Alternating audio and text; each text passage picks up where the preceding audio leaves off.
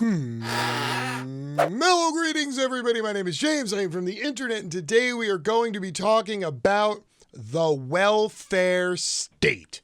Now, over recent months, there has been a lot of noise and blowback from Trump sycophants in state houses to run-of-the-mill conservatives around the country to end the welfare, to stop incentivizing people, to stop just giving people money to be lazy.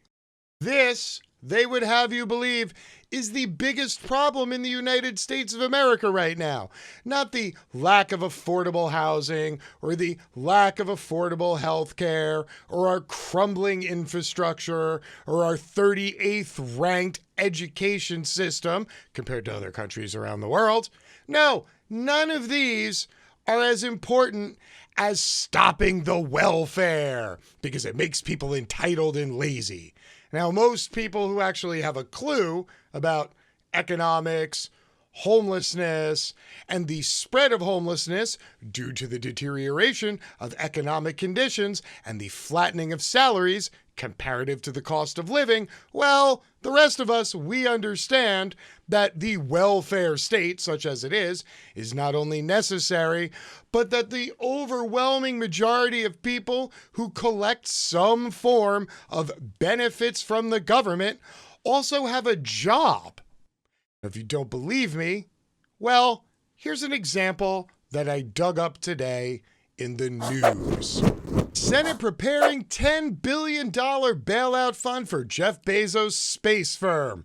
Ah, look, more welfare for apparently the working poor, since you know Jeff Bezos technically has a job, and technically Jeff Bezos' salary is $1 a year because, of course, he doesn't want to have income because income is taxed higher than wealth and the taxes that you can take out of all the things that wealth buys. So technically, Jeff Bezos would be the working poor in this situation. And look, he's getting handouts from the government. Yet I have been led to believe by conservatives, faux libertarians, and run-of-the-mill Republicans for the better part of a decade now, that Jeff Bezos is a fucking genius, that he's just some dude who worked really hard, pulled himself up by his bootstraps, and somehow became worth like $180 billion. I mean, granted, his mommy gave him money so that he could start his business, and then he ran his business at a loss for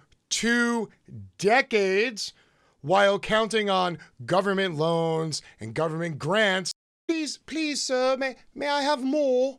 May I have more, sir, please? So let's take a look at all the welfare that Mr. Bezos is cooking up for himself in the basement of his secret underground lair. Jeff Bezos' space flight company Blue Origin has lost a multi-billion-dollar contract to Elon Musk's SpaceX. But Congress is prepping the ground for Bezos to win a contract anyway, ordering NASA to make not one, but 2 awards. Wow, this is bizarre. I mean, could you imagine there being a competition or choice between 2 and one of them winning and then the other one complains? So you give them a participation award? Ah, good to see the bootstrap guy complained his way to a participation award. Also, fun side note, apparently that participation award is also worth about $10 billion.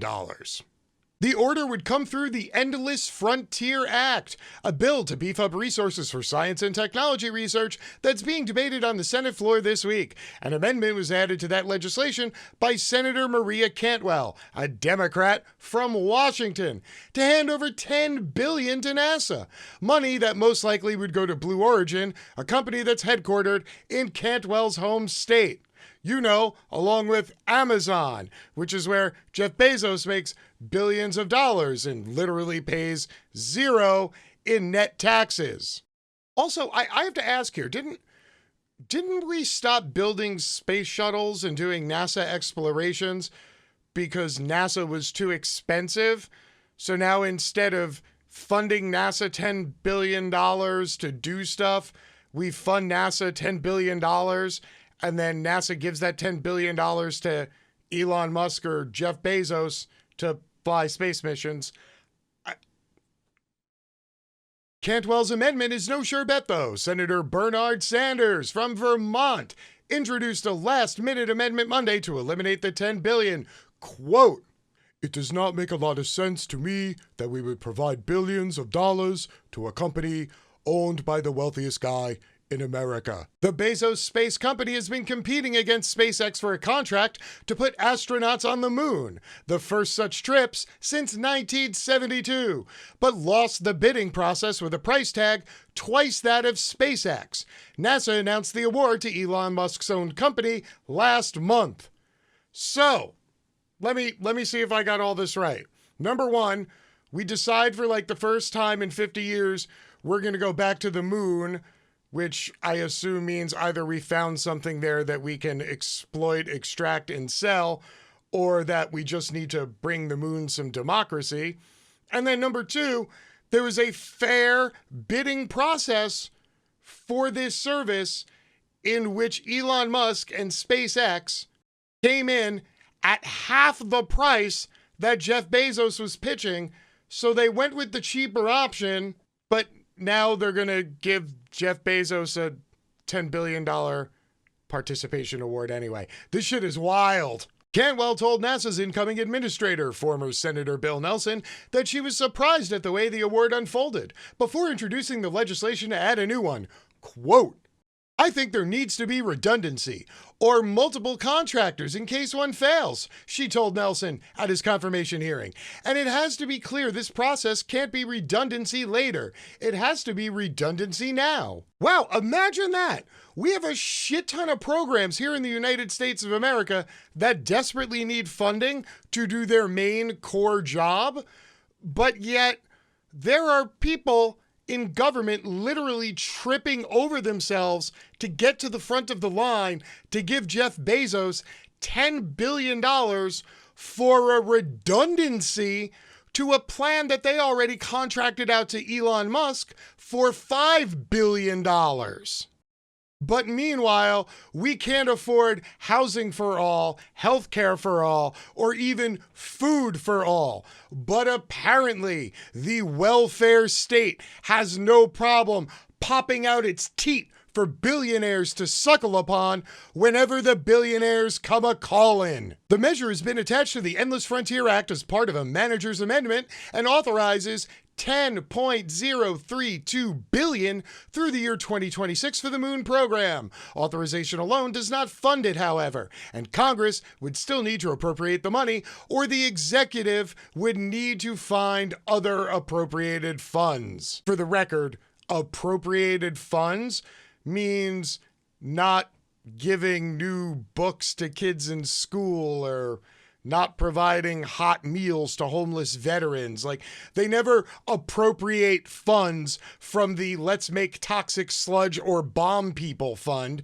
No, it's always from the kids, veterans, elderly, or poor funds, because fuck those people, right? Blue Origin spent $625,000 lobbying the Senate in the first 3 months of 2021, according to lobbying disclosure records. Among that spending was $50,000 to a team of lobbyists at a firm called Clark Hill that would specifically focus on the moon landing program. Wow, that was all it took, $650,000 to get $10 billion.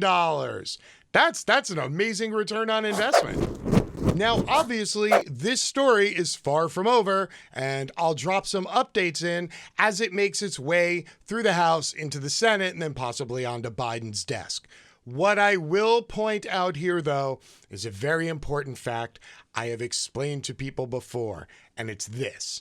Wealthy people get wealthy and stay wealthy by not spending their own money. And before I continue, let me remind you, I'm not talking about rich people, I'm talking about wealthy people. The difference between rich people and wealthy people is 2 zeros. Somebody with $8 million, they're rich. Somebody with $800 million, they're wealthy.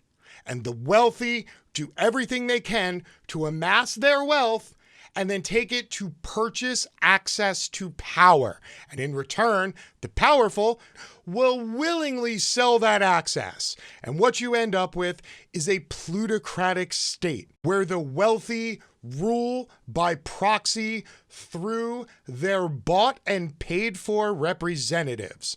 This is nothing new. For as long as there have been governments, there has been capitalism, and there has been wealthy people. Those wealthy people have used their capital to buy access, to buy a second tier of laws that only apply to them and them alone, while ignoring the same tier of laws that the rest of us are constrained by.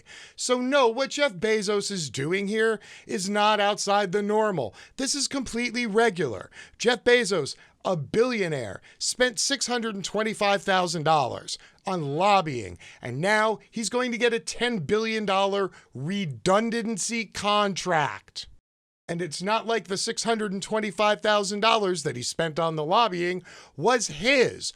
All that money came from taxpayers and no bid government contracts. Right now, Jeff Bezos and the Amazon cloud server farm hosts approximately 90% of all government websites. So you see, all you really need is a little bit of money, a little bit of leverage, and a whole lot of powerful friends. And you too can make $10 billion without spending a single cent of your own money. And that, apparently, is what the people over on the right call pulling yourself up by your own bootstraps. More to come, people, I promise. Until then, my name is James. I am from the internet, and I'm out. Peace.